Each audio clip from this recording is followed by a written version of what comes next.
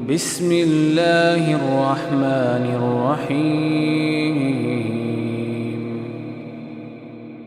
بسم اللہ الرحمن الرحیم۔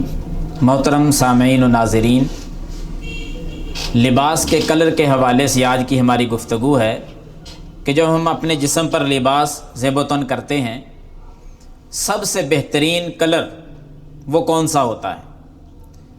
ہم مسلمان ہیں، احادیث کی روشنی میں ہم پہچانتے ہیں کہ کلر کے لحاظ سے سب سے بہترین لباس کون سا ہوتا ہے۔ سنن نسائی کی حدیث نمبر 1897 آپ ہمیشہ یاد رکھیں۔ بیان کرنے والے صحابی رسول سیدنا سامورہ رضی اللہ تعالیٰ عنہ ہیں۔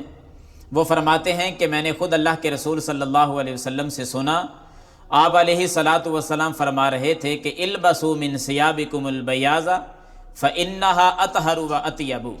میرے صحابہ، سفید لباس پہنا کرو، اپنے جسم پر سفید لباس زیب و تن کیا کرو، کیونکہ اس لباس کے پہننے کے اندر دو خوبیاں ہیں۔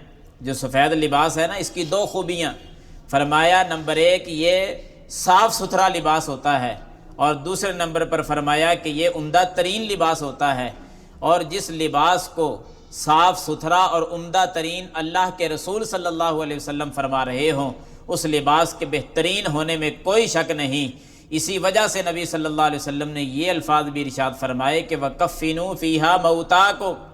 میری امت کے لوگوں، جو تمہارے احباب فوت ہو جائیں، فوت ہونے والوں کو سفید کپڑا جو ہے وہ خرید کر اس میں لباس پہنایا کرو، اس میں کفن دیا کرو۔ وَكَفِّنُوا فِيهَا مَوْتَاكُمْ، اسی سفید کپڑے میں اپنے مردوں کو کفن پہنایا کرو۔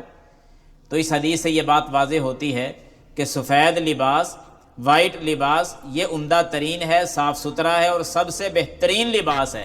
تو ہمیں چاہیے کہ ہم سفید لباس اس حدیث پر عمل کرتے ہوئے اپنے جسم پر زیب و تن کریں، اس کو پہنیں، اور اس حدیث کی وجہ سے اگر ہم سفید لباس پہنیں گے تو یقین جانیں ہمیں اس لباس کے پہننے میں بھی اللہ تعالیٰ ثواب عطا فرمائے گا، کیونکہ ہم اپنے نبی صلی اللہ علیہ وسلم کی حدیث پر عمل کرتے ہوئے وہ لباس پہن رہے ہیں۔